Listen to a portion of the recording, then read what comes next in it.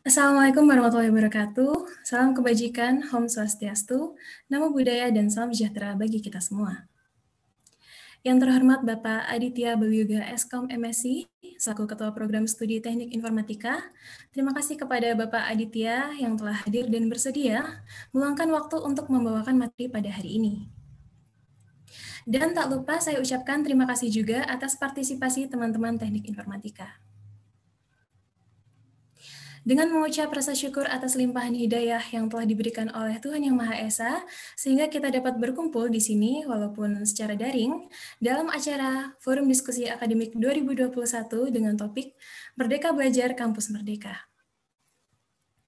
Kepada Bapak dan teman-teman yang saya cintai, sebelum melangkah ke mata acara berikutnya, marilah kita bersama-sama berdoa terlebih dahulu agar acara berjalan lancar. Berdoa menurut agama dan kepercayaan masing-masing dimulai.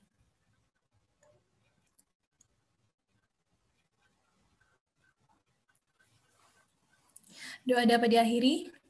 Sebelumnya, perkenalkan nama saya Nadia yang berperan sebagai moderator yang mana akan memandu berjalannya acara Forum Diskusi Akademik kali ini. Forum Diskusi Akademik merupakan program kerja dari Advokesma Eksekutif Mahasiswa Informatika, di mana pada acara ini mahasiswa dapat membahas dan berdiskusi mengenai topik-topik akademik bersama dengan dosen yang menjadi pemateri. Sebelum acara dimulai, dihimbau bagi peserta agar tetap kondusif selama berjalannya acara. Kepada para peserta dihimbau untuk mematikan mikrofon selama pemaparan materi dan menyalakan sesuai dengan arahan dari saya selaku moderator atau panitia yang bertugas. Kemudian apabila peserta ingin mengajukan pertanyaan, dimohon untuk menuliskan pertanyaan pada kolom komentar dan dapat ditanyakan pada sesi tanya jawab dan diskusi yang telah disediakan nantinya. Baik, langsung saja menuju acara berikutnya, yaitu pemberian sambutan dari Ketua Pelaksana Forum Diskusi Akademik Informatika 2021 kepada Saudari Tita Alfiana, dipersilakan.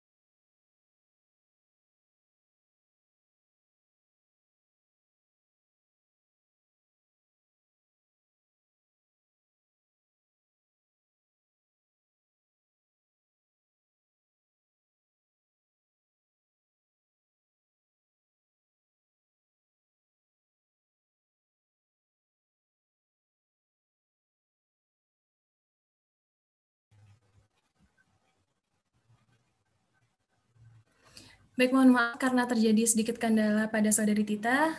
Kita lanjutkan saja pemberian sambutan dari Bapak Aditya Bawiuga Eskom MSc selaku Ketua Program Studi Teknik Informatika. Kepada Bapak Aditya Bawiuga, dipersilakan. Oke, terima kasih. Suara saya kedengeran, Mbak ya? Soalnya lagi hujan terus banget di rumah. Oke, sekalian aja langsung saya sambung dengan materi ya. Halo, ya. Baik, Pak. Oke, bisa saya langsung sambung dengan materi ya.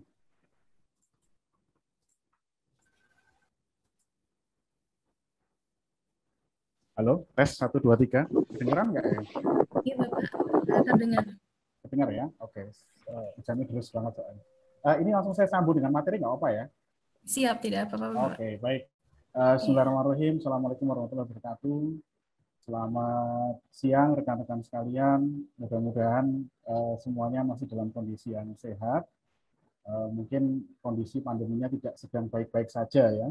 Tapi mudah-mudahan teman-teman di rumah dan juga keluarga senantiasa sehat, kemudian masih bisa beraktivitas seperti biasa. Oke, baik. Untuk agenda kita hari ini memang saya pertama mengucapkan terima kasih kepada teman-teman HMIF untuk waktu yang diluangkan untuk mengorganisasikan acara ini. Jadi kami di Prodi berharap acara-acara seperti ini bisa kita lakukan secara rutin. Mungkin sekitar 1 bulan yang lalu kita sudah bahas mengenai PKL ya. Saya menjanjikan ke teman-teman Advokesma untuk paling tidak 2 minggu setelah itu kita bisa bahas MBKM atau skripsi. Cuman mohon maaf sekali karena cukup banyak agenda di prodi yang harus diselesaikan, mulai dari skripsi, kemudian persiapan perkuliahan, dan seterusnya. Mohon maaf tertunda agak lama sehingga saya baru bisa menyampaikan materi tentang MBKM ini hari ini. Kemudian untuk skripsi nanti insya Allah kita usahakan paling tidak minggu depan atau awal 2 minggu lagi. Kita akan coba sekali dengan teman-teman di KJFG untuk memaparkan terkait dengan topik-topik skripsi yang mungkin barangkali bisa teman-teman ambil di semester mendatang. Oke, baik, untuk mempersingkat waktu saya izin share screen dulu.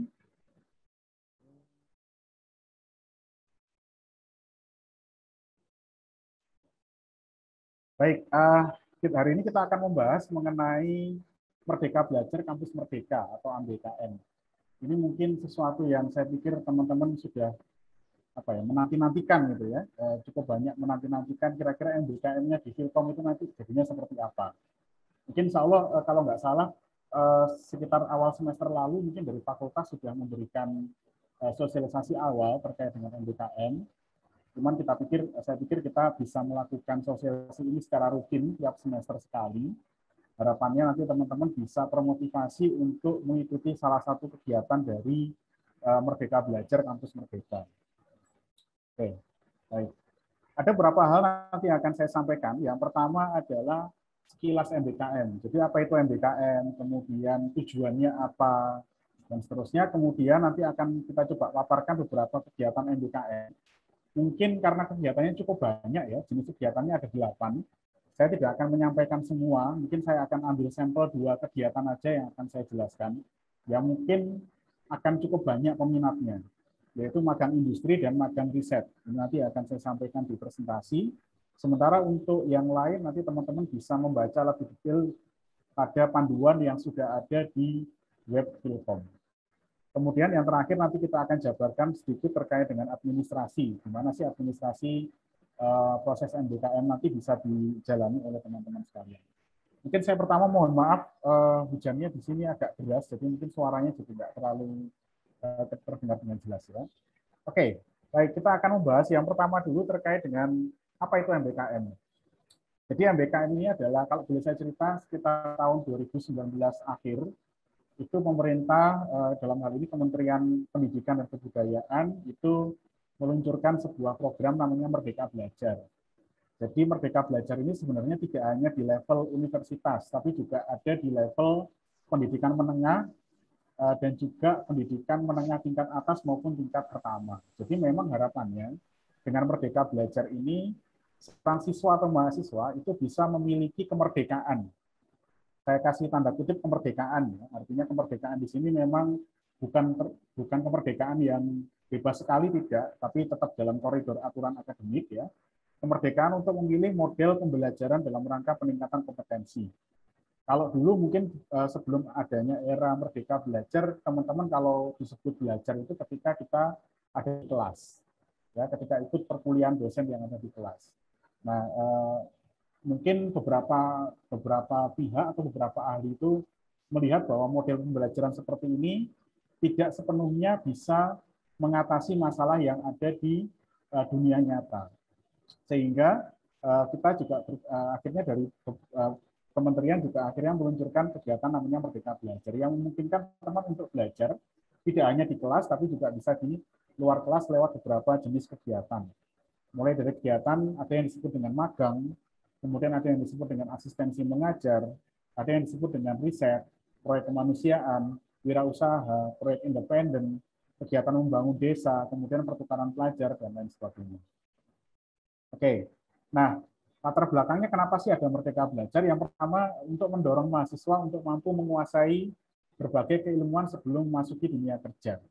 Kemudian mahasiswa dituntut untuk memiliki hard skill atau soft skill. Kemudian magang, ini mungkin salah satu contohnya adalah magang ya, yang berjangka pendek itu tidak cukup untuk memberikan pengalaman dan kompetensi industri bagi mahasiswa.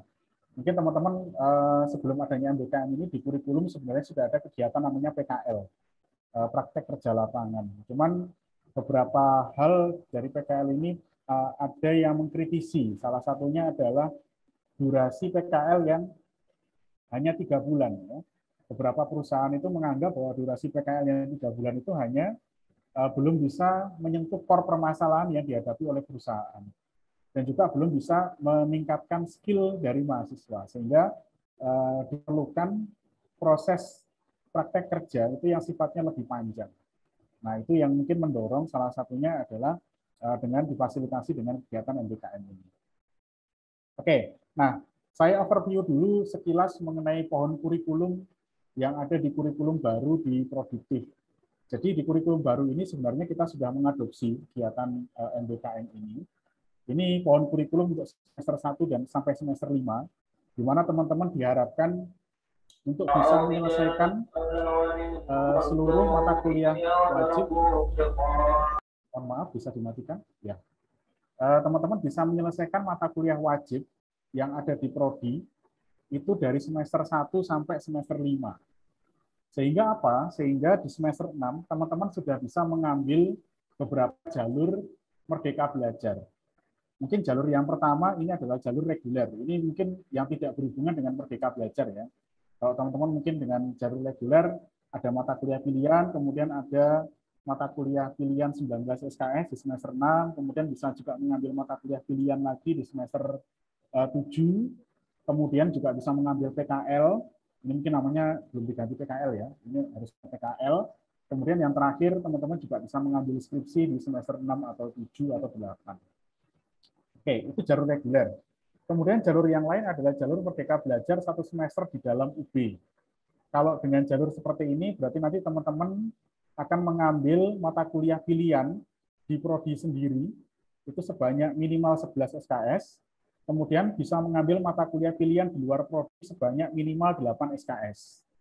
Kemudian di semester 7, teman-teman bisa mengambil mata kuliah pilihan di dalam prodi, kemudian bisa juga dengan konsep PKL, kemudian bisa juga disambung dengan konsep skripsi. Ini Merdeka Belajar 1 semester di dalam UB. Kemudian ada juga namanya Merdeka Belajar 1 semester di luar UB. Kalau dengan skema seperti ini, berarti teman-teman akan mengambil mata kuliah pilihan pada semester 6, kemudian bisa mengambil Merdeka Belajar di luar UB dan juga skripsi di luar UB pada semester 7 atau semester 8. Oke. Atau bisa juga dibalik, misalkan Merdeka Belajar dulu di semester 6, baru kemudian mata kuliah pilihannya diambil di semester 7. Kemudian skripsinya juga diambil di semester 7 atau semester 8. Itu boleh. Itu jalur kedua ya. Kemudian ada jalur ketiga. Jalur ketiga di sini adalah jalur Merdeka Belajar 2 semester di dalam dan di luar UB. Nah, dengan jalur seperti ini di semester 6 teman-teman mengambil mata kuliah pilihan di prodi sendiri itu sebanyak 8 SKS minimal. Kemudian mata kuliah pilihan prodi di luar prodi tapi masih di dalam UB. Ini berarti di 8 SKS minimal. Kemudian di semester 7 atau semester 8 teman-teman mengambil Merdeka Belajar selama 1 semester. Oke. Itu jalur yang ketiga. Kemudian ada jalur yang keempat. Ini jalur Merdeka Belajar 2 semester di luar UB. Artinya dengan jalur seperti ini teman-teman diasumsikan sudah lulus mata kuliah wajib di semester 5, sudah tuntas semuanya. Kemudian di semester 6 teman-teman mengambil Merdeka Belajar di luar UB. Di semester 7 juga sama, mengambil Merdeka Belajar di luar UB, disambung dengan skripsi di luar UB juga. Oke. Kemudian ada jalur Merdeka Belajar 3 semester. Ini berarti mix. Di semester 5 teman-teman bisa mengambil mata kuliah pilihan di luar prodi, masih di dalam UB. Kemudian semester 6-7-nya di luar UB semua. Nah, ini bisa dilakukan di jalur Merdeka Belajar 3 semester. Oke, itu pilihan-pilihan jalur yang mungkin teman-teman bisa mulai pikirkan dari sekarang. Kira-kira saya mau ngambil jalur Merdeka Belajar yang mana. Oke. Kemudian dari jenis kegiatan MBKM-nya sendiri secara umum ada 8 kegiatan MBKM. Ada yang disebut dengan magang industri, ada yang disebut dengan proyek desa. Tadi saya sampaikan ada juga namanya pertukaran pelajar sampai kemudian kewirausahaan. Nah, ini jenis-jenis kegiatan MBKM yang teman-teman bisa pilih salah satunya. Oke, baik. Selanjutnya akan coba saya bahas lebih dalam Saya ambil sampel 2 kegiatan saja yang akan saya jelaskan di slide ini. Sisanya nanti teman-teman bisa mengeksplorasi lebih lanjut dengan membaca panduan. Panduannya cukup komprehensif yang ada di webnya Philcom. Kemudian nanti silakan kalau mungkin teman-teman punya pertanyaan bisa ditanyakan pada sesi tanya jawab. Oke, saya mulai dulu dari magang industri. Jadi magang industri itu apa sih? Jadi program magang industri ini bertujuan untuk memberikan pengalaman kepada mahasiswa berupa pembelajaran langsung di tempat kerja. Namun yang perlu saya sampaikan di sini adalah topik magangnya itu harus sesuai dengan bidang keilmuan prodi. Kemarin ada yang berkonsultasi dengan saya itu berkaitan dengan magang industri. Dia mengajukan salah satu topik.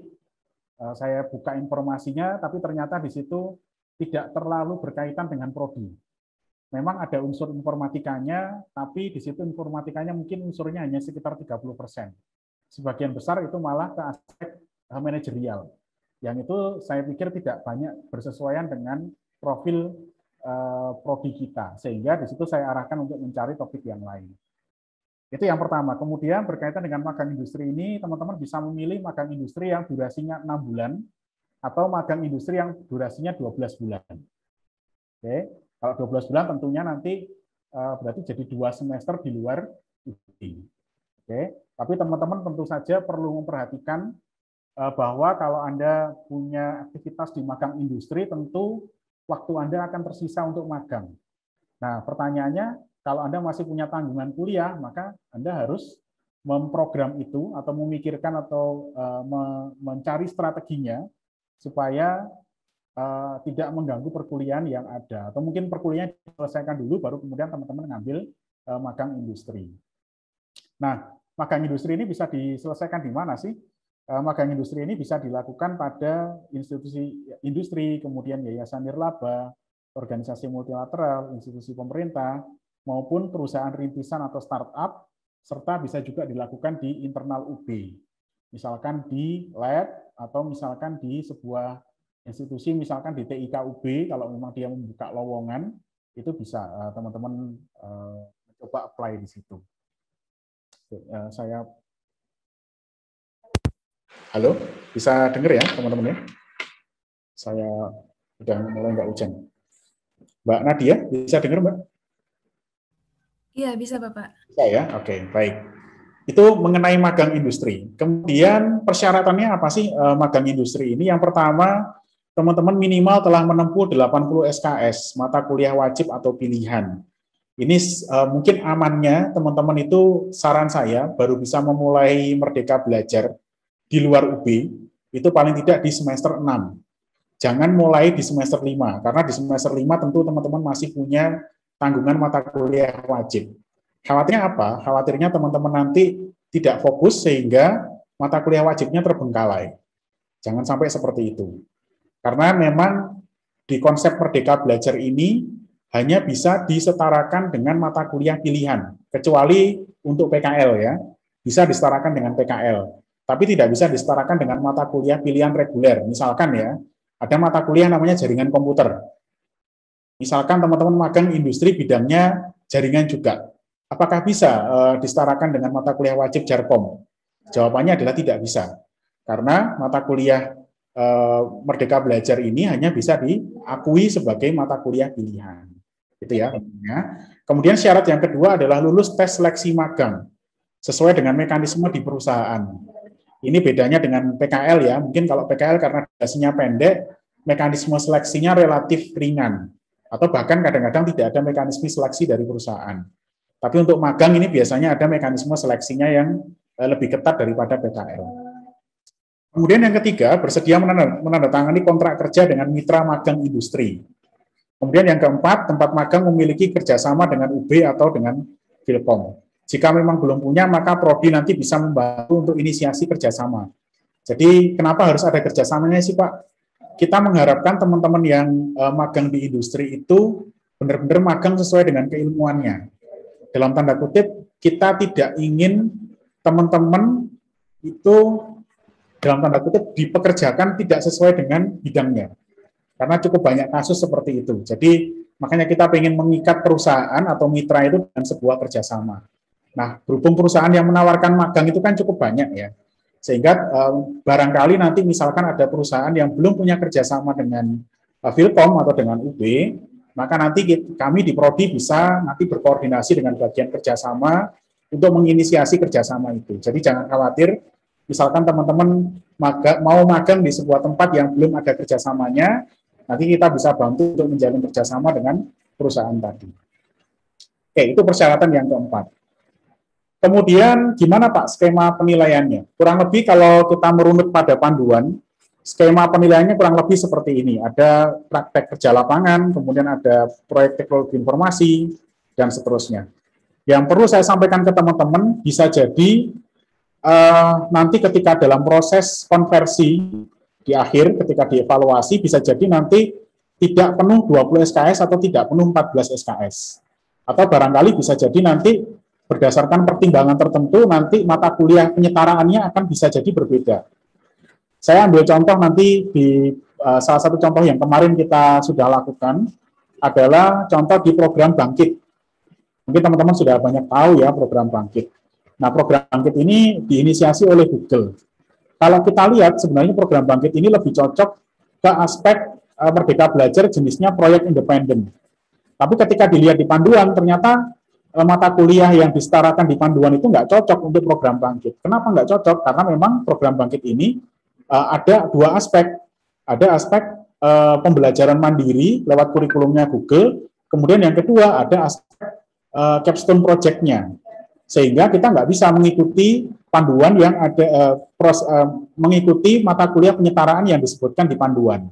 Sehingga di situ Prodi menggunakan mekanisme penyetaraan yang lain, yang akhirnya sudah bisa kita lakukan. Jadi yang perlu saya sampaikan, yang ada di panduan itu bukan penyetaraan yang sifatnya harga mati ya teman-teman ya. Bisa jadi nanti mata kuliah yang nanti akan disetarakan dengan kegiatan magang itu bisa jadi akan berubah.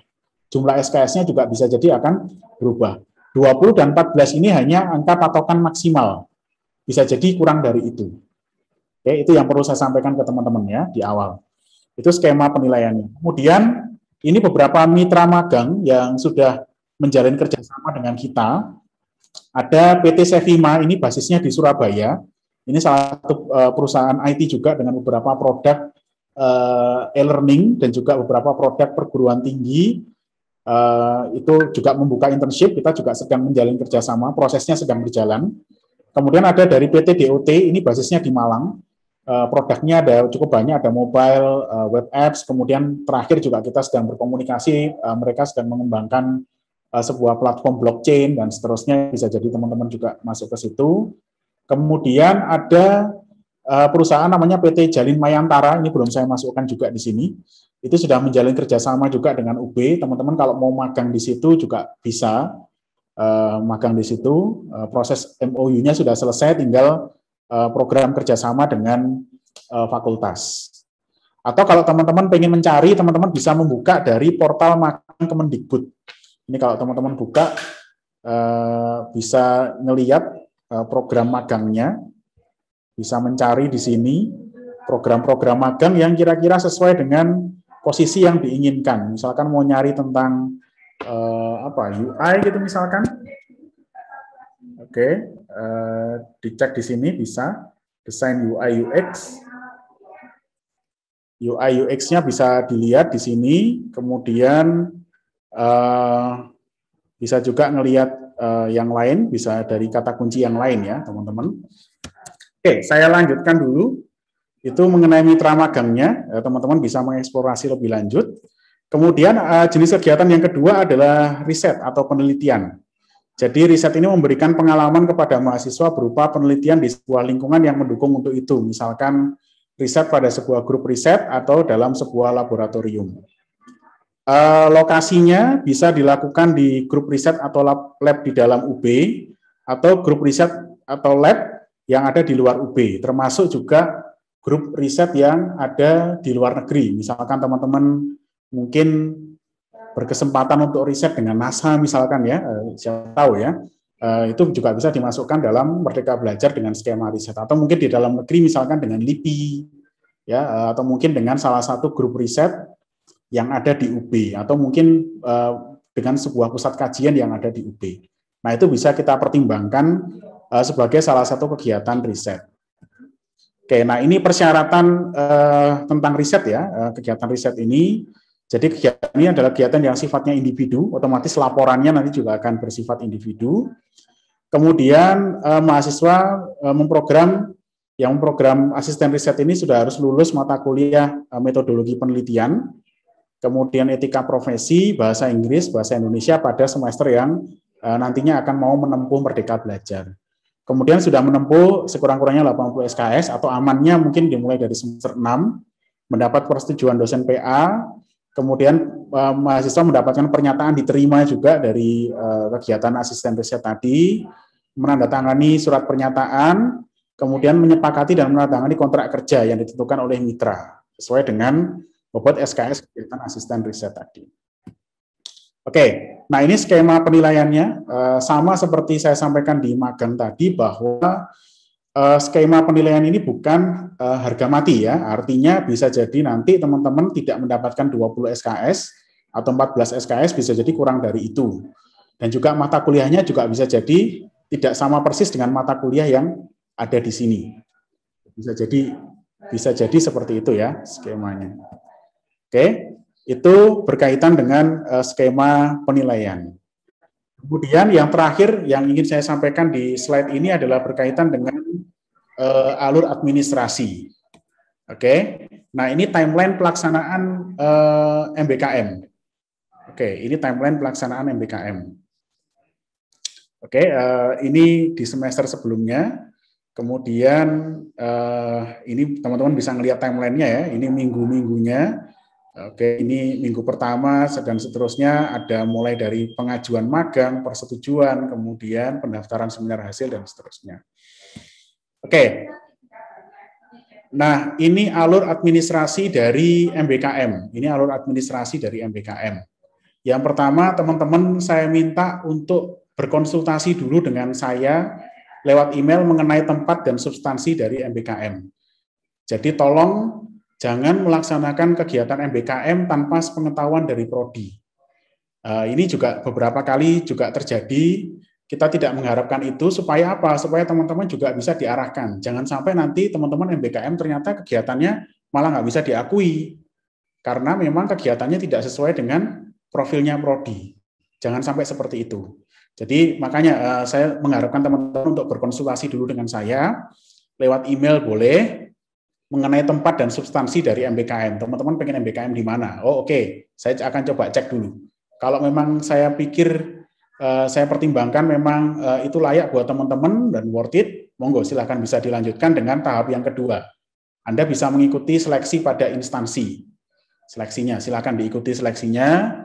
Kemudian jika diterima, mahasiswa melakukan pendaftaran ke unit MBKM fakultas. Jadi diterima dulu, baru nanti mendaftar. Kemudian mahasiswa menjalani MBKM, kemudian nanti ada proses penilaian di tengah dan akhir semester, kemudian yang terakhir ada konversi hasil MBKM ke transkrip. Ini ada proses konversinya. Ini mungkin gambaran alur administrasi secara generik ya.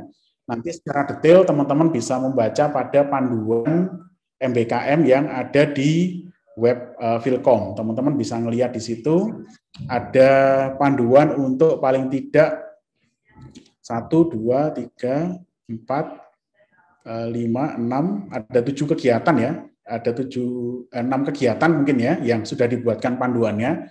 Mungkin masih ada beberapa kegiatan yang lain yang belum dimasukkan di sini, terkait dengan proyek kemanusiaan mungkin belum dimasukkan ya. Jadi sementara yang sudah dimasukkan oleh teman-teman di fakultas ada sekitar 7 panduan berkaitan dengan MBKM. Silakan teman-teman bisa melihat lebih detail di situ. Mungkin kalau memang nantinya dalam pelaksanaannya ada sedikit perubahan terkait dengan alur, nanti bisa menyesuaikan dengan kondisi yang ada di lapangan. Oke, baik.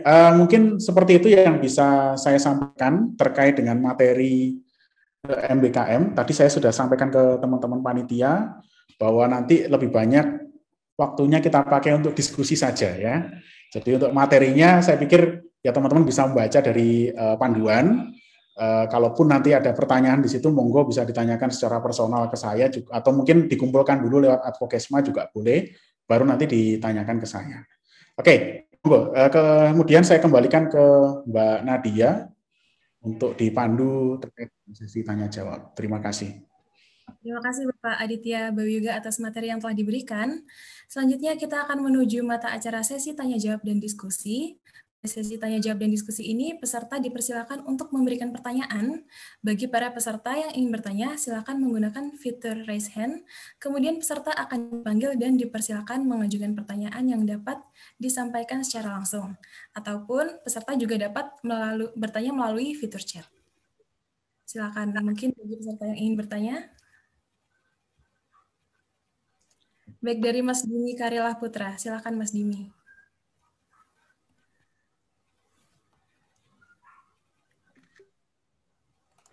Halo, apa saya masuk? Oke, udah masuk Mas Dimi. Silakan Mas. Terima kasih Bapak dan juga Ya. Mbak Nadia. Mungkin saya ada beberapa pertanyaan ya Pak. Boleh. Untuk yang pertama dari program magang di Merdeka Belajar sendiri, seperti yang sudah Bapak jelaskan tadi kan dari timeline-nya ya Pak, itu sekitar 24 minggu dan juga dari beberapa opportunity yang ada, mungkin banyak yang mengatakan kayak magangnya itu bisa sampai Februari atau Januari. Cuma mungkin untuk selama ini apa perkuliahan itu kan biasanya 16 minggu dari Agustus atau September sampai Desember. Ya. Nah, berarti kalau misalnya kasusnya seperti ini, untuk evaluasi akhirnya itu tetap dilaksanakan di bulan Desember atau sampai akhir di bulan Februari, Pak? Mungkin itu yang pertama. Ini saya ada pertanyaan lain, boleh langsung ditanya atau? Monggo, silakan ditanyakan aja sekalian. Baik. Untuk pertanyaan kedua, Pak. Jadi di website Kampus Merdeka sendiri saat kita mau mendaftar, ini juga saya dapat beberapa keluhan dari teman-teman. Ada perbedaan nilai IPK yang ada di website dengan yang ada di SIAM, dan perbedaannya ini bisa terbilang cukup besar ya bedanya. Dan contohnya Mas Dimi. Mungkin dari yang IPK-nya depannya 3, sekian dan selima itu bisa sampai 2, itu IPK atau gimana Mas? Maksudnya gimana Mas? Iya, jadi di website Kampus Merdeka sendiri kan ada nilai IPK ya Pak saat mendaftar.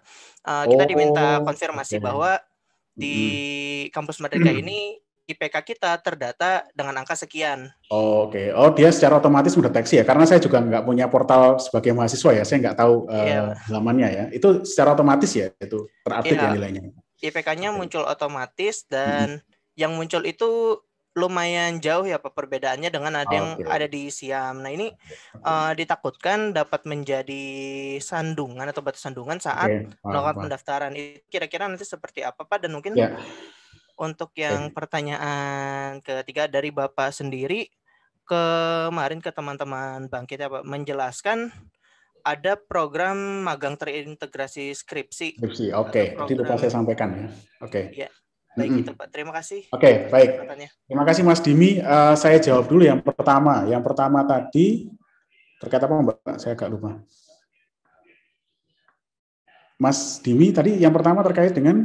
Terkait timeline Pak. Di timeline. Oke. Semester 16. Oke.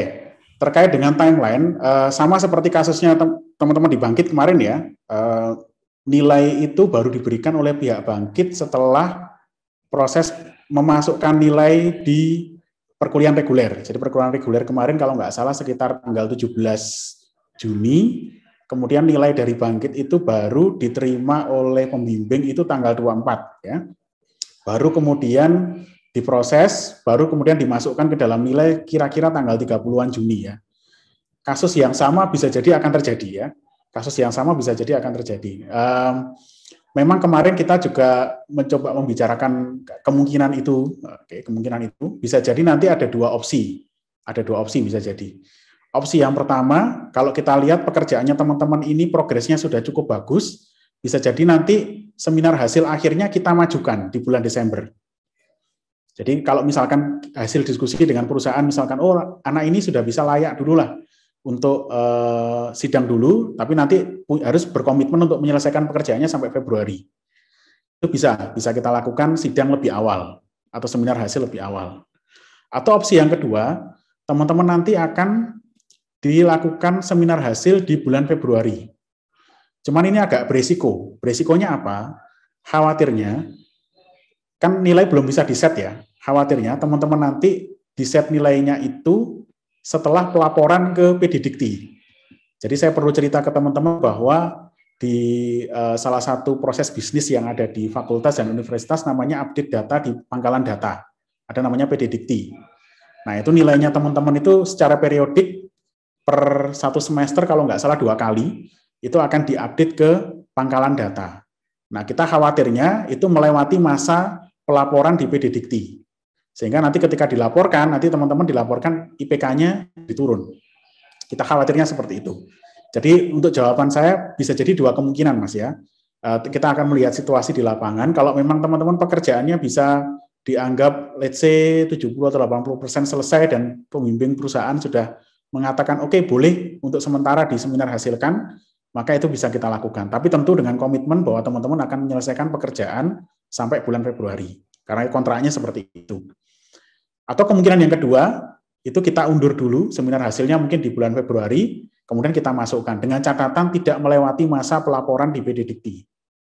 Oke, saya kurang tahu juga untuk masa pelaporan di PD Dikti itu per bulan apa, saya perlu mengkonfirmasi juga dengan fakultas. Kalau mungkin perkuliahan kita kan reguler selesai di bulan Desember ya, biasanya kalau selesai di Desember, semester itu akan berakhir di pertengahan Januari atau akhir Januari. Jadi sebenarnya itu biasanya belum masuk ke masa pelaporan. Biasanya pelaporan PD Diktinya dilakukan per bulan Maret biasanya. Jadi masih memungkinkan untuk sidangnya itu di seminar hasilnya ditunda sampai bulan Februari. Itu Mas, itu jawaban saya yang pertama. Kemudian pertanyaan yang kedua terkait dengan ketidaksamaan antara data IPK Anda dengan data IPK di sistem. Ini terus terang sebenarnya di luar kewenangan dari Prodi ya, karena bukan Prodi yang melaporkan itu ke PD Dikti. Yang bertugas melaporkan itu adalah fakultas. Tapi nanti monggo misalkan teman-teman mengalami kendala seperti itu, saya akan coba tanyakan ke akademik fakultas, barangkali bisa membantu untuk prosesnya. Dugaan saya ada kemungkinan API dari webnya Merdeka Belajar itu dia ngambil API-nya dari dia ngambil datanya menggunakan API-nya PD Dikti, kemungkinan ya. Nah, mungkin PD Diktinya pada saat dia ngambil data itu belum diupdate. Karena pelaporan ke PD Dikti itu tidak dilakukan tiap hari, itu dilakukan tiap paling tidak 3 atau 4 bulan sekali. Jadi barangkali itu mungkin IPK yang lama, IPK dari pelaporan sebelumnya. Nah, kalau sudah seperti itu ya memang agak rumit ya, karena kewenangan itu bukan di kami juga nggak bisa melakukan update data di PD Dikti. Jadi mungkin yang bisa kita lakukan nanti kita identifikasi dulu problemnya apa, kalau memang bisa diselesaikan dengan pelaporan ke PD Dikti ya kita akan usahakan bantu, tapi kalau memang nggak memungkinkan, barangkali nanti kalau diperlukan transkrip tertandatangani oleh KPS dengan stempel dari jurusan, mungkin kita bisa bantu untuk membuat semacam bukti dukung kedua gitu ya. Jadi mungkin di sistem terdeteksinya 3,2 tapi di transkrip mungkin 3,5. Nah, kita bisa kasih bukti kedua. Nanti teman-teman bisa menghubungi penyelenggara kemudian nanti bisa melampirkan itu. Itu bisa sebagai solusi ya, kalau memang solusi yang pertama tadi nggak bisa. Kemudian pertanyaan yang terakhir, magang terintegrasi skripsi. Nah, ini yang pengen saya sampaikan juga ke teman-teman. Sejauh ini untuk magang terintegrasi skripsi kita baru melakukan kerjasama ini dengan 2 perusahaan tadi yang saya sebutkan, PT Sevima dan juga PT DOT. Nah, nanti mungkin kita akan update lagi pada waktu membahas mengenai skripsi sekalian ya. Nanti akan kita update kira-kira topiknya apa, karena kita juga belum ketemu lebih detail lagi dengan kedua perusahaan tadi untuk membahas topik-topiknya. Jadi memang kita pengennya topiknya itu disesuaikan dengan topik yang ada di Proditif sehingga nanti tidak keluar dari panduan skripsi yang sudah ada. Kira-kira begitu Mas Dimi yang bisa saya sampaikan, Mas. Tapi tidak menutup kemungkinan di luar 2 perusahaan tadi juga bisa. Misalkan dalam proses magang itu ternyata pekerjaannya teman-teman itu layak untuk diangkat menjadi topik skripsi atau sesuai dengan profilnya prodi sehingga bisa diangkat jadi topik skripsi. Nah, itu bisa. Nanti bisa kita proses. Jadi di luar 2 perusahaan tadi juga memungkinkan. Tapi kalau dengan 2 perusahaan tadi itu memang kita sudah punya pembicaraan yang mengarah kepada magang terintegrasi skripsi. Kalau dengan perusahaan yang lain belum. Oke, tapi tidak menutup kemungkinan untuk dibicarakan seperti itu.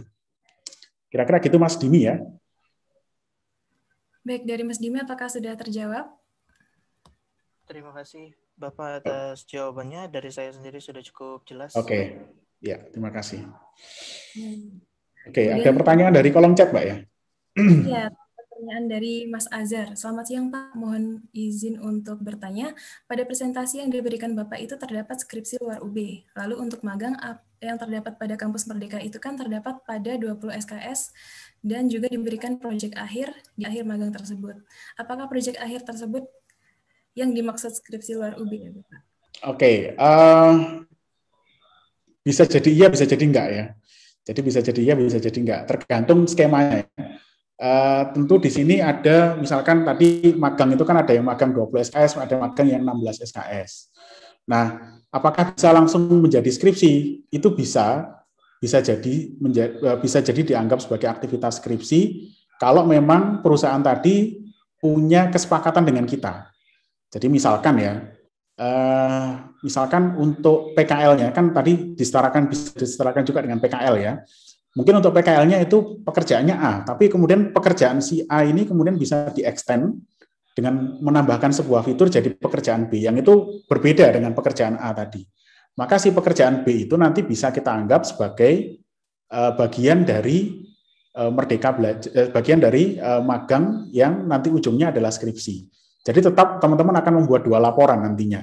Ada laporan yang nantinya akan dipakai untuk magang, untuk disetarakan ke PKL dan juga proyek teknologi informasi, tapi nantinya ada pekerjaan yang kedua yang nantinya akan dianggap sebagai PKL, di mana pekerjaan kedua nanti adalah pengembangan dari pekerjaan pertama. Oke, mungkin jawaban saya seperti itu Mas Ilham ya. Ya. Mas Azhar. Bukan Mas Ilham ya, Mas Azhar ya. Oke. Ya. Oke, kemudian ada dari Mas Ilham. Oke, sebelumnya mengikuti Bangkit dan saya ingin bertanya, apakah anak Bangkit bisa mengikuti kampus Merdeka lagi seperti magang Merdeka? Oke, dan apakah tetap membuat laporan PKL dan melakukan sembahas PKL ulang? Lalu apakah bisa juga untuk mengikuti skripsi sekaligus pada semester depan? Oke, baik. Ini mungkin bagi yang sudah ya. Teman-teman yang sudah mengikuti magang dengan program Bangkit tentu ketika mengikuti program Merdeka Belajar lagi, tentu nggak bisa disetarakan dengan PKL lagi, karena PKL kan cuma satu ya, mata kuliahnya kodenya juga cuma satu, kan nggak mungkin di transkrip muncul 2 mata kuliah namanya PKL dengan kode yang sama, itu nggak mungkin, harus muncul salah satu. Nah, terus gimana Pak kalau saya mau mengikuti magang? Nah, ini yang saya sebut tadi bahwa mata kuliah yang ada dalam panduan, penyetaraan mata kuliah yang ada di panduan itu bukan harga mati. Ada kondisi-kondisi yang kita nanti bisa jadi akan melakukan penyesuaian. Contoh kayak tadi ya, misalkan dia magangnya di 2 semester yang berbeda, tentu nanti mata kuliahnya juga nanti akan berbeda. Misalkan kalau di sebelumnya nanti disetarakan dengan Bangkit, bisa jadi di semester berikutnya, itu nanti kita akan kaji, oh ini mungkin kayaknya bisa nih disetarakan bahkan dengan skripsi misalkan, atau dengan mata kuliah yang lain. Nah itu makanya saya sampaikan di awal tadi bahwa teman-teman di sini Merdeka Belajarnya, mata kuliahnya bukan harga mati.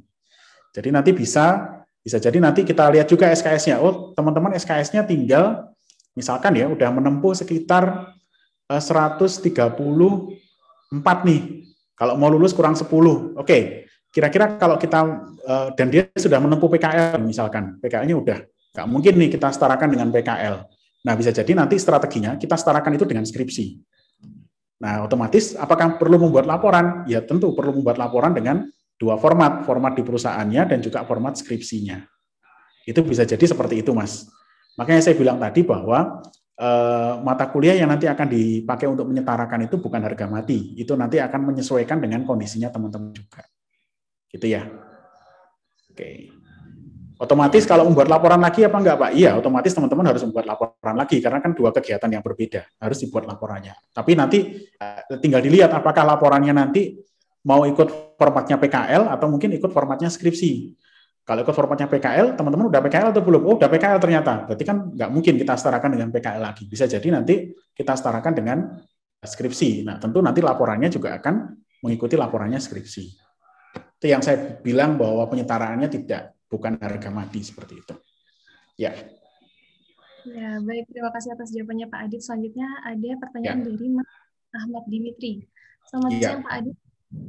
Izin bertanya, menyambung dari magang terintegrasi dengan skripsi, bagaimana prosedur magang terintegrasi skripsi ini? Apakah seperti prosedur PKL atau apakah kita tetap perlu membuat dokumen awal skripsi seperti proposal dan lain-lain? Oke, mungkin karena magang terintegrasi skripsi ini bagian dari Merdeka Belajar ya, maka teman-teman alurnya juga mengikuti alur Merdeka Belajar yang tadi saya sampaikan di slide. Artinya teman-teman monggo bisa konsultasi langsung dengan saya supaya saya bisa melakukan assessment. Karena teman-teman ini kan beda-beda ya, IPK-nya beda, jumlah SKS-nya juga beda, kemudian mata kuliah yang pernah diambil itu juga beda, kekurangan mata kuliahnya itu juga beda-beda gitu ya. Saya tidak bisa memberikan jawaban yang terlalu generik. Oke, tapi yang jelas alurnya tetap sama. Kalau kita berbicara alur, alurnya sama. Teman-teman silakan konsultasi dengan saya. Pak, saya ingin magang di sini, Pak. Oke, saya akan lihat teman-teman nanti transkripnya gimana. Saya punya data transkrip di sistem pelaporan. Oke, teman-teman IPK-nya sekian. Misalkan teman-teman IPK-nya 3,6 gitu misalkan ya. Oke, Mas, bidangnya apa? Oh, bidangnya ini, cocok. Misalkan durasinya berapa? Oh, 6 bulan. Oke, kita lihat lagi di transkripnya. Oh, transkripnya udah ngambil PKL belum? Udah. Mungkin bisa disetarakan dengan mata kuliah apa lagi ya? Oke, ternyata teman-teman sudah lulus misalkan 134. Kurang 10 SKS lagi. Nah, kurang 10 SKS lagi daripada teman-teman nanti setelah magang nanti harus mengerjakan skripsi lagi, kenapa enggak dijadikan skripsi aja sekalian. Nah, untuk kondisi seperti itu bisa jadi nanti kita bisa setarakan dengan skripsi. Tapi mungkin ada kondisi yang lain, misalkan, Pak, saya ternyata belum PKL, Pak. Oke, kalau belum PKL tentunya pekerjaannya nanti akan diarahkan menjadi bagian dari PKL, bukan diarahkan menjadi bagian dari skripsi. Makanya saya bilang tadi bahwa di fase awal teman-teman saya persilahkan untuk berkonsultasi dengan saya. Oke, kira-kira nanti saya akan memberikan advice sesuai dengan kondisinya teman-teman. Saya tidak bisa memberikan advice secara generik. Kira-kira mungkin seperti itu teman-teman yang bisa saya sampaikan untuk Mas Dimitri ya. Oke. Baik, terima kasih Pak Adit. Personal ya. Bahkan bisa jadi gini teman-teman ya. Bisa jadi gini, kalau saya melihat dari hasil assessment yang saya lakukan misalkan ternyata IPK-nya nggak terlalu bagus misalkan. IPK-nya di bawah 3,0 misalkan, 2,6 atau 2,5 misalkan ya. Pak, saya pengen ikut MBKM. Kalau untuk kasus seperti itu bisa jadi teman-teman tidak saya izinkan untuk ikut MBKM. Kenapa? MBKM ini konsekuensinya cukup berat ya. Jadi konsekuensinya cukup berat. Teman-teman kalau di kampus itu cuma berhubungan sama dosennya. Kalau di perusahaan teman-teman berhubungan dengan dosen, ya berhubungan dengan eksternal. Kalau teman-teman nanti misalkan secara skill nggak mampu, nanti yang namanya jelek ada dua nanti, teman-teman sama institusi. Makanya saya sangat mendorong teman-teman untuk MBKM di satu sisi. Di sisi lain saya juga perlu ngerem dan perlu ngefilter teman-teman. Ya, jangan sampai teman-teman nanti saya lihat dari IPK-nya ternyata nggak mampu, kemudian ketika dipaksakan ikut MBKM, pekerjaannya malah nggak selesai, kemudian malah ditinggal. Itu yang kita nggak pengen. Jadi makanya teman-teman saya minta untuk berkonsultasi dulu dengan saya, nanti saya akan lakukan assessment secara personal gitu ya. Jadi ngelihat track record-nya teman-teman seperti apa, kira-kira memungkinkan untuk ikut MBKM apa enggak. Kalau enggak, saya akan bilang teman-teman sebaiknya nggak ikut MBKM di luar UB. Ikut aja perkuliahan reguler. Karena konsekuensinya cukup berat.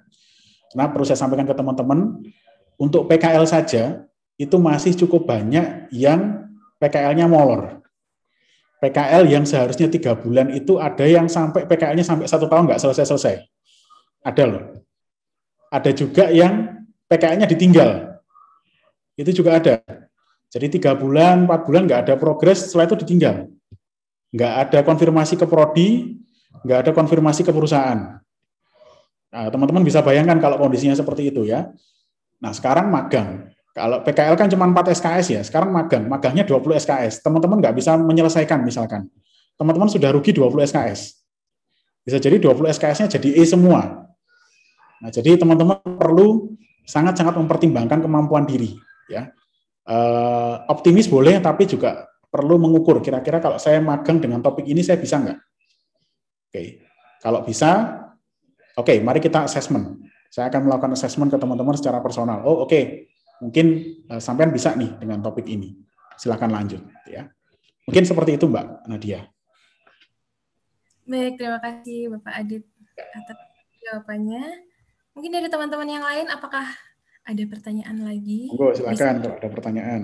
ke kolom chat atau bisa secara langsung.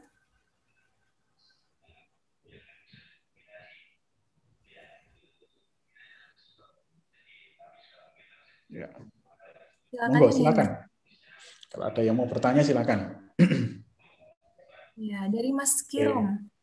Permisi Bapak, izin bertanya, bagaimana caranya kita tahu apakah perusahaan yang akan dipilih, terutama yang berada pada portal kampus Merdeka Kemdikbud, sudah bekerja sama dengan UB atau Filkom? Oke, baik. Gampangannya gini aja teman-teman, kalau teman-teman nggak tahu, teman-teman cari aja di portalnya Kemendikbud di situ ya, cari aja salah satu topik, kemudian nanti silakan berdiskusi dengan saya. Pak, topik ini kira-kira gimana kalau saya ngambil Merdeka Belajar yang ini? Oke, nanti saya akan ngecek ke teman-teman di kerjasama, kira-kira perusahaan ini sudah punya kerjasama atau belum. Kalau belum, nantinya teman-teman nanti boleh silakan, kalau memang saya setujui untuk ikut, monggo silakan ikut seleksinya. Kalau memang diterima, nanti kita bisa bantu untuk menjalin kerjasama dengan perusahaan tadi. Jadi jangan khawatir. Kita untuk prosedur umumnya, teman-teman silakan konsultasi dengan saya.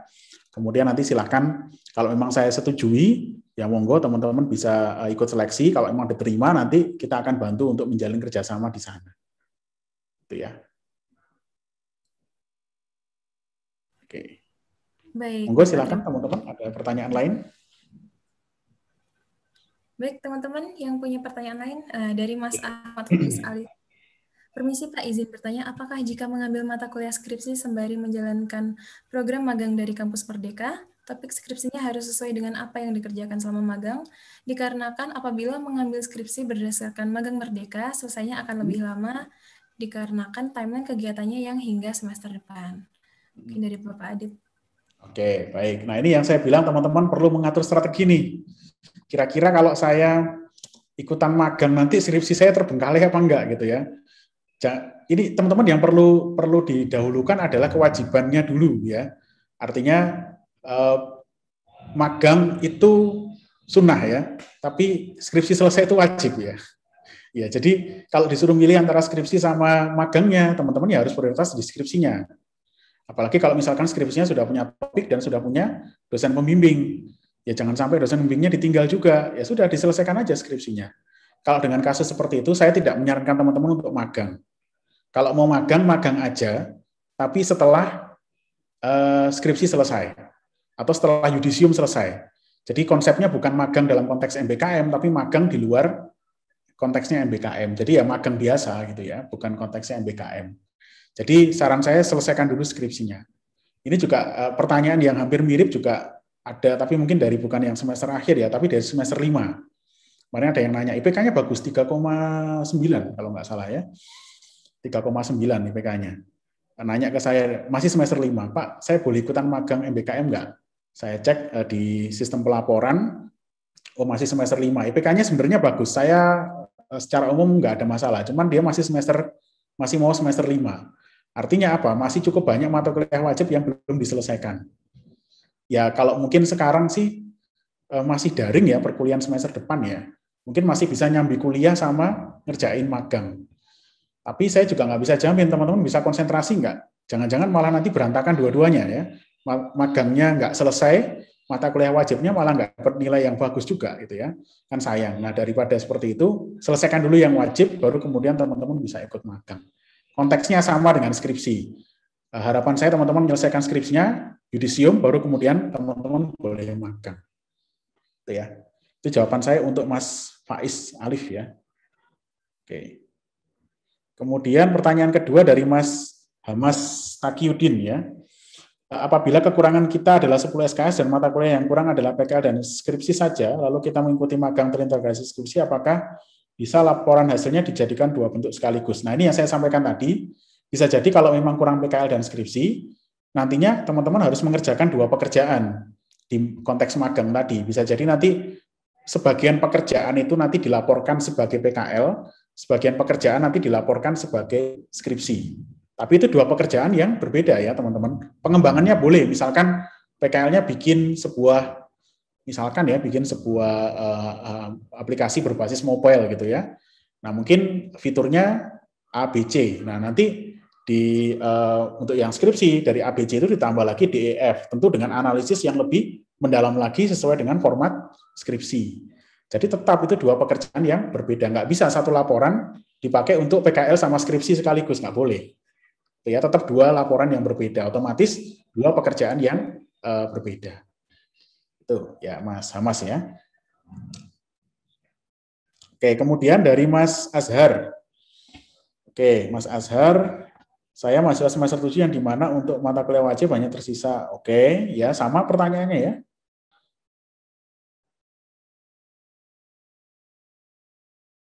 Oke, ya sama. Jawaban saya sama. Kalau memang teman-teman magang ya jadi dua laporan yang terpisah ya, PKL-nya sendiri, skripsinya juga sendiri, dan dua itu adalah dua pekerjaan yang berbeda. Walaupun bisa jadi yang skripsi adalah pengembangan dari yang PKL. Kira-kira jawaban saya seperti itu, Mas Azhar ya.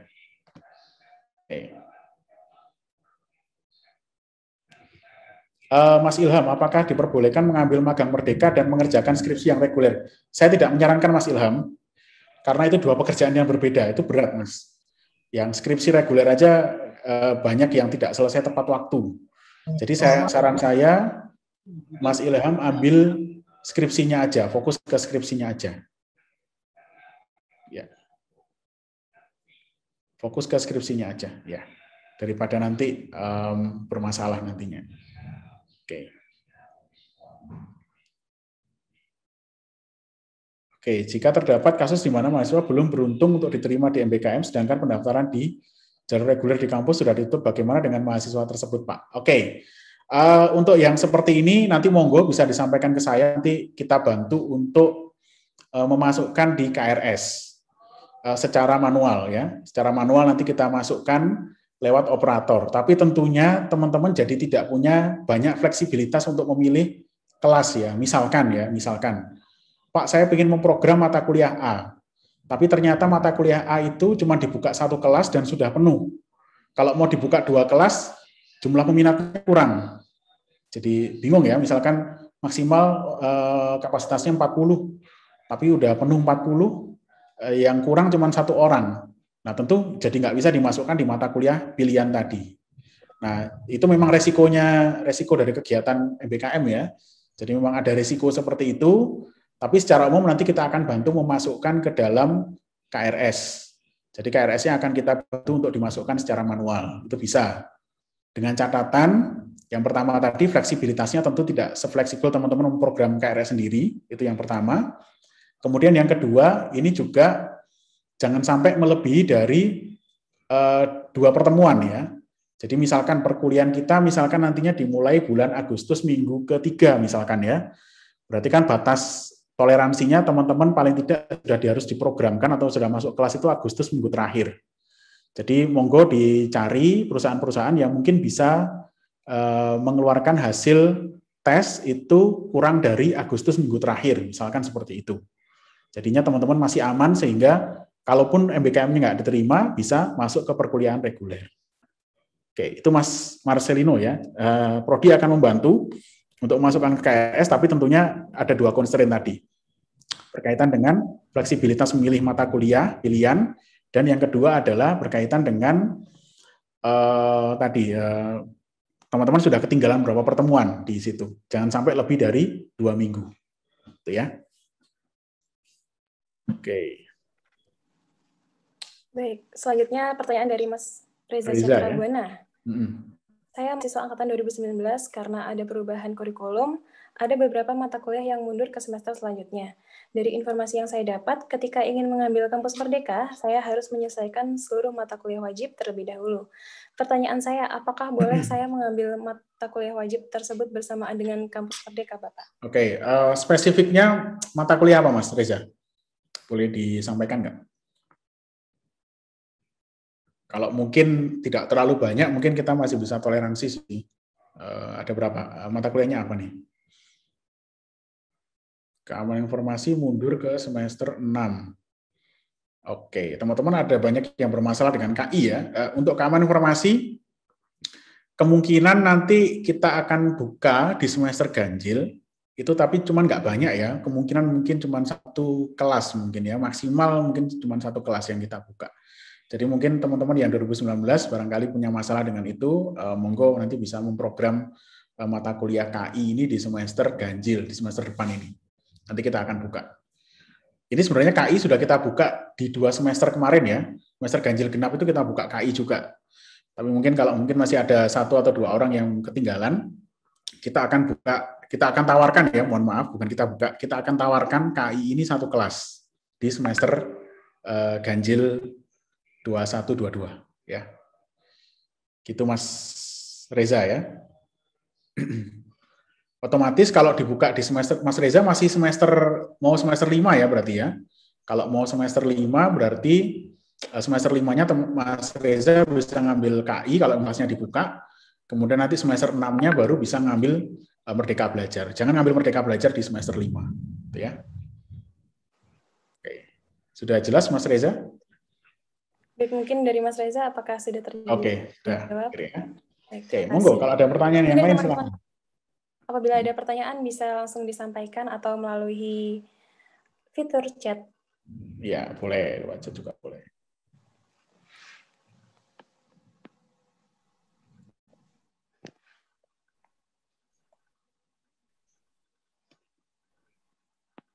Silakan buat teman-teman yang ingin bertanya.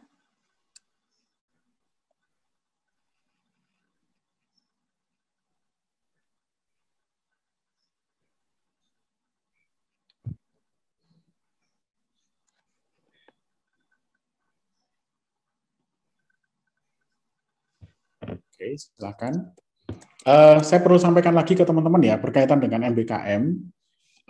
Tolong ketika teman-teman memilih salah satu instansi atau salah satu perusahaan, tolong dipastikan bahwa perusahaan tadi itu bersedia untuk menerima magang secara daring. Oke, ini saya tekankan karena kondisi pandeminya cukup mengkhawatirkan, jadi saya tidak ingin teman-teman juga punya permasalahan terkait dengan pandemi ini ketika teman-teman magang. Karena lagi-lagi Prodi juga bertanggung jawab terhadap keselamatan teman-teman ketika melakukan seluruh aktivitas akademik, termasuk dengan magang ini. Magang ini termasuk aktivitas akademik, jadi masih menjadi tanggung jawab kami di Prodi. Jadi tolong ketika nanti teman-teman magang, dipastikan bahwa perusahaan tadi bisa menerima magang secara daring. Ya, kalau masih ada luringnya, sebaiknya cari yang lain dulu. Ya. Oke. Baik, Bapak. Oke, ada pertanyaan lain? Silakan. Dari teman-teman yang ingin bertanya kepada silakan. Bapak Aditya Boyuga.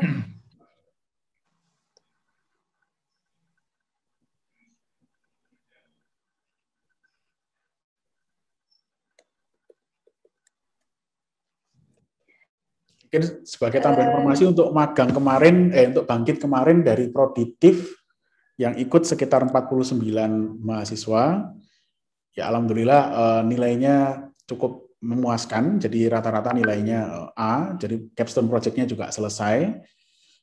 Itu mungkin bisa jadi motivasi teman-teman untuk bisa coba untuk di program Merdeka Belajar, tapi perlu saya sampaikan tadi ya, ada beberapa resiko-resiko yang nanti bisa ditemui juga, jadi mohon dipertimbangkan dan diatur juga strateginya. Jadi monggo bisa didiskusikan juga dengan orang tua misalkan, atau mungkin bisa diskusikan dengan teman-teman yang lain, kira-kira saya ngambil Merdeka Belajar apa enggak, kemudian saya ngambilnya di mana, sesuaikan juga dengan kemampuannya teman-teman. Karena mungkin kalau di Bangkit kemarin lebih banyak course-nya ya, mungkin agak lebih mudah ya, daripada yang magang 100%. Kalau magang di industri 100%, teman-teman akan bekerja sesuai dengan standarnya industri, yang itu bisa jadi lebih tinggi daripada standarnya yang ada di perkuliahan di kampus ya.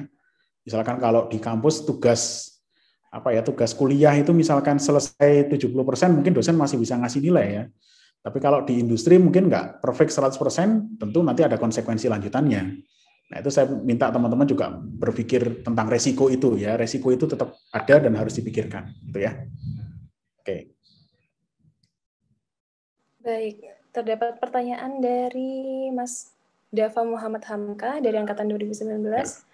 Terkait pertanyaan Mas Reza tadi, apakah bisa di semester 6 mengambil program Kampus Merdeka bersamaan dengan mata kuliah Keamanan Informasi? Oke, Mas Dava, jawaban saya sama ya. Nanti kita buka di semester 5 untuk mata kuliah keamanan informasi. Kita akan tawarkan satu kelas keamanan informasi. Silakan bisa ditempuh di semester 5 itu. Kemudian semester 6-nya silakan Anda bisa fokus ke Merdeka Belajar di luar UB. Jadi kalau bisa jangan disambi dengan mata kuliah wajib. Karena tugas teman-teman sudah cukup berat di magang. Kalau di Bangkit kemarin kita masih tolerir ada maksimal 3 SKS. Jadi kebanyakan ngambil misalkan ke warganegaraan atau mungkin kewirausahaan yang cuma 2 SKS. Nah itu kita izinkan karena memang masih daring. Tapi untuk semester nanti semester 6 kita kan nggak tahu ya, bisa jadi sudah berubah jadi luring. Kalau misalkan kondisinya sudah membaik gitu ya, sudah luring, magangnya juga mungkin sudah luring. Magang luring, teman-teman kuliahnya juga luring. Gimana cara bagi waktunya? Kan nggak mungkin ya. Magangnya di Jakarta, kuliahnya di Malang, kan nggak mungkin ya. Jadi teman-teman, makanya kalau bisa selesaikan semua mata kuliah wajib itu di semester 5. Kalaupun nanti teman-teman Pak ada problem terkait dengan pergeseran mata kuliah, yang tadinya di ganjil jadi digenap. Oke, kita bisa bantu dari Prodi, bisa menawarkan satu mata kuliah itu bisa dibuka. Tapi mungkin dengan jumlah kelas yang tidak terlalu banyak, mungkin cuma 1 kelas gitu ya. Kemudian nanti akan kita buka dan kita tawarkan ke teman-teman. Dan itu nanti akan diprioritaskan untuk teman-teman di angkatan 2019 mungkin yang mengalami efek langsung dari perubahan di kurikulum. Nanti kita prioritaskan untuk masuk di situ. Sementara yang 2020 bisa ngambil itu di semester genapnya. Itu Mas Dava ya. Baik, terima kasih Bapak. Kemudian terdapat pertanyaan dari Mas Hilmi Saiful Fatah. Selamat siang Pak, perkenalkan nama saya Hilmi, saya ingin bertanya apabila saat ini saya sedang melakukan PKL KJFD, saya berencana ikut magang Merdeka Belajar. Nantinya apakah yang akan dihitung sebagai mata kuliah PKL dari yang KJFD atau yang magang industri ya Bapak? Terima kasih. Oke, mungkin kalau ini ada 2 sisi pertanyaan ya. Sisi pertanyaan yang pertama berkaitan sama konversi. Kalau mungkin berkaitan dengan konversi, kalau memang KJFD-nya sudah selesai ya teman-teman akan PKL-nya diambilkan dari yang KJFD. Sementara nanti untuk yang magang bisa jadi akan dikonversi dengan mata kuliah yang lain. Itu yang pertama, berkaitan dengan magangnya dulu ya. Kemudian yang kedua, ini berkaitan ke substansinya. Sekarang pertanyaannya Mas Hilmi, PKL KJFD-nya sudah sampai mana gitu ya? Itu perlu dicek juga. Kalau PKL KJFD-nya juga progresnya masih tidak terlalu baik, ya saya pikir jangan magang dulu. Nggak usah ngambil magang, diselesaikan dulu kewajibannya di PKL KJFD. Karena Mas Hilmi kan sudah berkomitmen sama dosen ya, sudah minta bantuan dosen, dicarikan topiknya, dibimbing, tiba-tiba kalau Mas Hilmi menghilang, atau mungkin Pak saya mau ikut magang, saya nggak jadi ngelanjutin PKL KJFD-nya. Coba Mas Hilmi misalkan di posisi dosennya, kan tentu mengecewakan ya, seperti itu ya. Jadi kalau memang PKL KJFD-nya bisa segera diselesaikan, ya monggo, teman-teman Mas Hilmi bisa segera seminar hasil PKL, kemudian nanti bisa mengikuti magang. Tapi kalau progresnya belum baik gitu ya, mendingan fokus ke PKL KJFD-nya aja diselesaikan. Magangnya bisa nanti-nanti aja dulu. Yang penting yang wajib itu diselesaikan dulu. Gitu Mas Hilmi ya. Jadi fokus dulu ke PKL KJFD-nya, baru kemudian ke magangnya. Kalau memang dirasa PKL KJFD-nya udah selesai Pak, laporannya udah selesai, tinggal nunggu seminar hasil, monggo silahkan. Bisa konsultasi dengan saya terkait dengan MBKM gitu ya. Oke, monggo silakan kalau ada pertanyaan yang lain.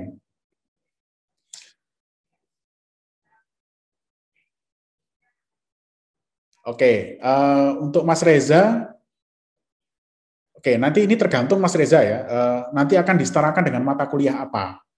Oke, tadi yang saya contohkan kan bisa jadi karena kurangnya cuma 2 mata kuliah, PKL sama skripsi, berarti kan bisa jadi nantinya berdasarkan hasil pertimbangan dari Prodi, mungkin bisa disetarakan dengan PKL sama skripsi, tapi dia harus membuat 2 laporan yang berbeda.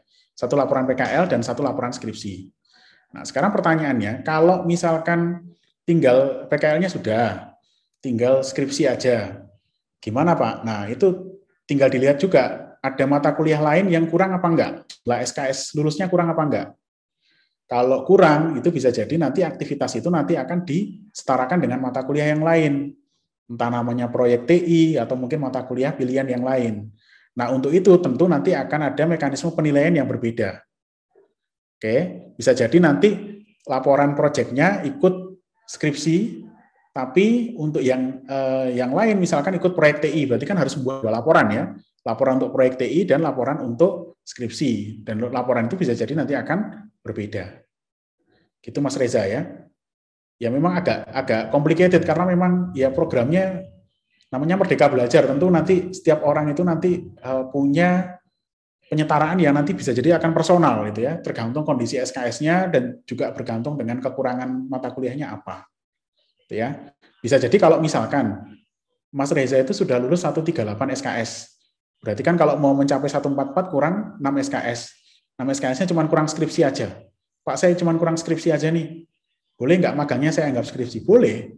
Berarti Mas Reza cukup membuat laporan yang berformat skripsi saja. Nggak perlu membuat laporan dengan format PKL.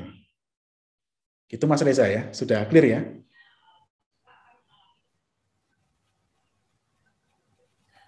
Oke, jadi bergantung nanti disetarakan dengan mata kuliah apa, gitu ya. Oke, silakan kalau ada pertanyaan yang lain.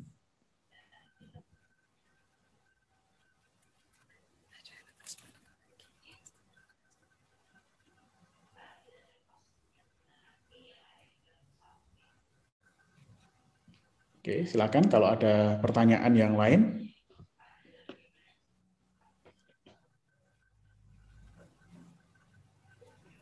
Nggak ada? Oke.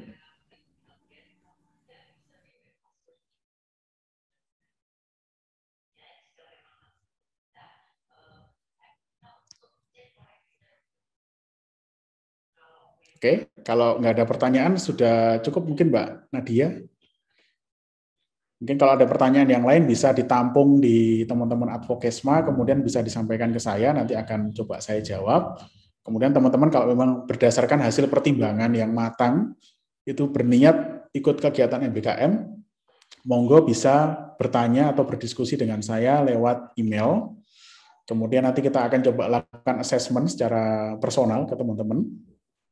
Nanti kita akan coba lihat dulu teman-teman memungkinkan untuk ikut MBKM apa enggak. Atau kira-kira mungkin saya punya saran yang lain nih. Kalau saya lihat misalkan secara akademik Mas atau Mbak ini nggak mampu dan bakalan kesulitan nantinya kalau ikut magang. Nah, kalau seperti itu, saya akan menyarankan untuk tidak ikut MBKM, tapi ikut perkuliahan reguler saja. Itu ya, teman-teman. Jadi sangat personal sekali nantinya. Oke.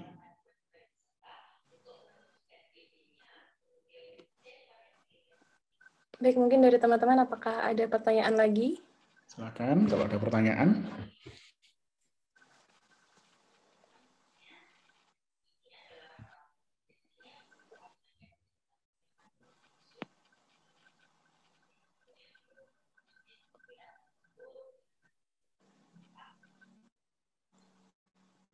Bagi teman-teman yang ingin bertanya bisa bertanya secara langsung atau melalui kolom chat. Silakan. Ini sudah ada yang langsung WA ke saya pribadi, tanya MBKM. Oh. Oke. Ya, oke, nggak apa-apa. Ya, oke. Silakan kalau ada pertanyaan, silakan teman-teman.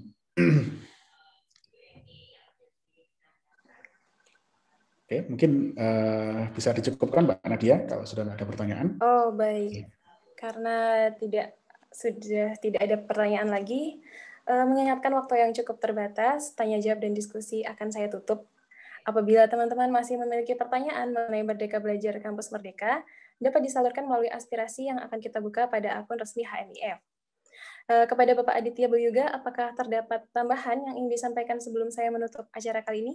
Oke, mungkin tambahan yang terakhir, terima kasih atas partisipasi dan pertanyaan dari teman-teman. Alhamdulillah cukup banyak yang antusias ya terkait dengan kegiatan MBKM.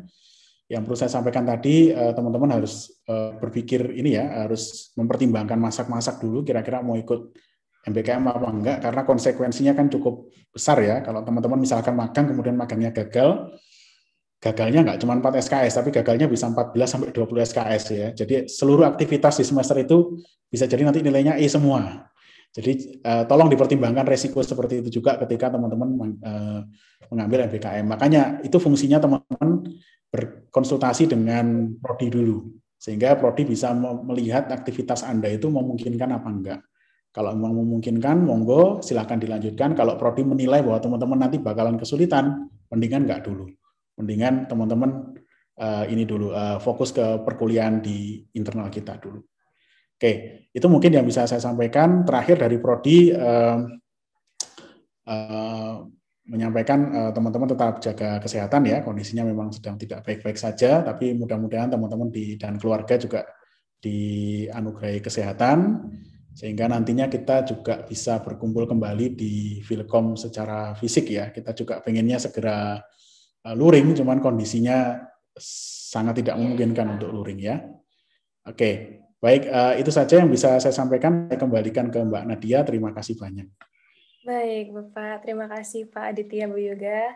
Saya selaku moderator mewakili teman-teman panitia pada acara kali ini mengucapkan terima kasih sebesar-besarnya kepada Bapak Aditya Bau Yoga atas ketersediaannya memberikan materi dan juga kepada teman-teman teknik informatika atas antusiasmenya. Nah, tak terasa kita telah sampai pada penghujung acara. Bagi teman-teman yang ingin mendapatkan kesimpulan, dapat ditunggu melalui press release yang akan dikeluarkan di akun resmi HNIF. Semoga apa yang kita lakukan hari ini mendapatkan manfaat dan keberkahan bagi kita semua, dan semoga kita semua senantiasa diberikan kesehatan oleh Tuhan Yang Maha Esa. Amin ya rabbal alamin. Saya Nadia sebagai moderator, mewakili teman-teman Panitia Forum Diskusi Akademik Informatika 2021, mohon izin untuk pamit undur diri dan mengucapkan mohon maaf apabila terdapat salah kata dan perbuatan. Terima kasih dan wassalamualaikum warahmatullahi wabarakatuh. Waalaikumsalam warahmatullahi wabarakatuh. Terima kasih. Baik, terima kasih Pak Aditya.